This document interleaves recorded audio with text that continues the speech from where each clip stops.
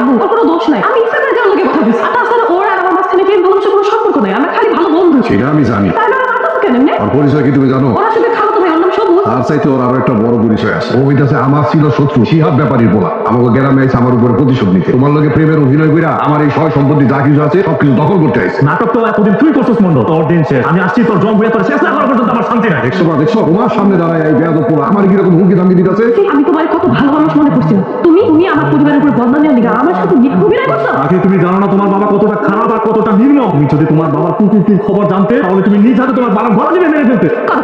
খারাপ কথা তুমি আমার আব্বুর নামে বলবা। আমি জানি আমার আব্বু অনেক ভালো মানুষ। তোমার বাবা ভালো না, তোমার বাবা যদি ভালো মানুষ হয়ে থাকে তাহলে পৃথিবীর আরেকটা মানুষ ভালো না, সব মানুষ খারাপ। তোমার বাবার জন্য আমার পরিবারটা নষ্ট হয়ে গেছে, ধ্বংস হয়ে গেছে, আমি নিঃস্ব হয়ে গেছি, আমি এতিম হয়ে গেছি। আর তোমার কাছে তুমি তোমার বাবা ভালো, তোমার বাবা একটা খুনি।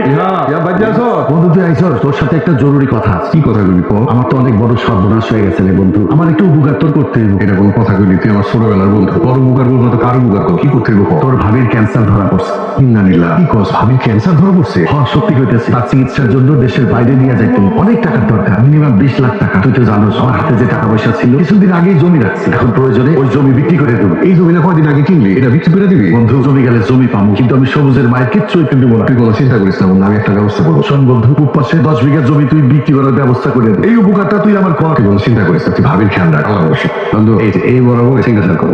আমি তোমার কাছে অনুরোধ করতেছি, তুমি এখন এই কাজটা করো না। আমার কিছু হয় নাই, আমি ভালো হয়ে যাবো। খামাখা জমিটা বেচছো না। আমাকে ছেলের একটা ভবিষ্যৎ আছে, তার কথাটা তুমি একবার চিন্তা করো। তুমি বাইচা থাকলে এরকম অনেক জমি কিনতে পারো। আগে তোমার চিকিৎসা হওয়া দরকার। আমরা ঠিকই হয়েছে, তুমি আগে সুস্থ হও, আরো জমি কিনা যাবে। মাতিজা কিন্তু ভালো কথাই বলছে ভাবি। আপনার সুস্থ হওয়াটা এখন খুব জরুরি। আর আমরা তো আছি তাই না? মাতিজার ভবিষ্যৎ নিয়ে আপনার চিন্তা করতে হবে না। কিন্তু এই বরাবর সিগনেচার করো। তারপর একটা বার তুমি চিন্তা করো, শুধু শুধু তুমি জমিটা বেচছো না। বললাম তো আমার কিচ্ছু হয় নাই, আমি ভালো হয়ে যাবো। ভাবি সাহেব আপনি বুঝতেছেন না, আপনার চিকিৎসা অনেক টাকা লাগবে। এই টাকা ব্যবস্থা নিয়ে জমিটা বেতন লাগতেছে। চিকিৎসা করো, চিন্তা করো না। ব্যাপারী টাকা পয়সা তোমার নামে আমি পে অর্ডার করে দিব। রেস্টি পরে জমিটা বাইরে দেবে। কি করবো? তুমি যা করছো তাই তো করতেছে। তোমার টাকা পয়সা লাগবে দেখা তোমার এই সুন্দর বাড়ি সুন্দর টাকা বেচতে চাইছো। আমি টাকা দিয়ে কিনে নিচ্ছি, দলিল করে দিচ্ছ। এখন তোমরাই বাড়ির তোর বাইরে দিচ্ছ। তাই ওরা যত্ন করে তোমার করে বাড়ির তোর বাইরে করে দিতেছে। এটা বাইরে করে দিচ্ছে।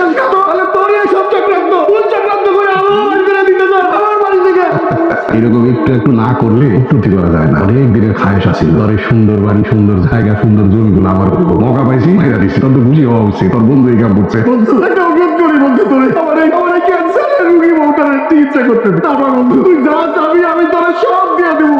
সময় আর নদীর স্রোত কারোর জন্য অপেক্ষা করে না। আমিও আর অপেক্ষা করতে পারবো না। এই দাঁড়া, আমার একটু গেলতে বাইর করে দিয়া, গেলতে বাইর করে দিয়া।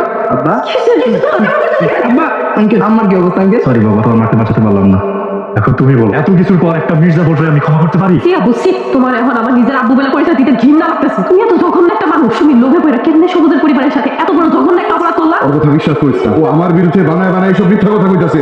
অনেক পাপ করছো, তোর পাপের দিন এখন শেষ। ওসি সাহেব আপনি আইছেন, এই গুন্ডারে ধরে দেয় না। ও আইছে আমার করার লিগে, আমার সয় সম্পত্তি যা কিছু আছে এগুলো সব দখল করতে আইছে। হ্যান্ডকাপ পরো। আরে কি করতেছো? আমার হ্যান্ডকাপ পরে যাচ্ছ কে? ওই যে আসামি তো এখানে খাড়া রয়েছে। মন্ডল সাহেব আপনার সব দুর্নীতি ধরা পড়ে গেছে। আপনি নকল দলিল দিয়ে যে বাড়িটা দখল করছেন যথেষ্ট পরিমাণ প্রমাণ আমাদের কাছে আছে। মানে একটা কিছু করে আমার পুলিশে ধরে নিয়ে যাচ্ছে।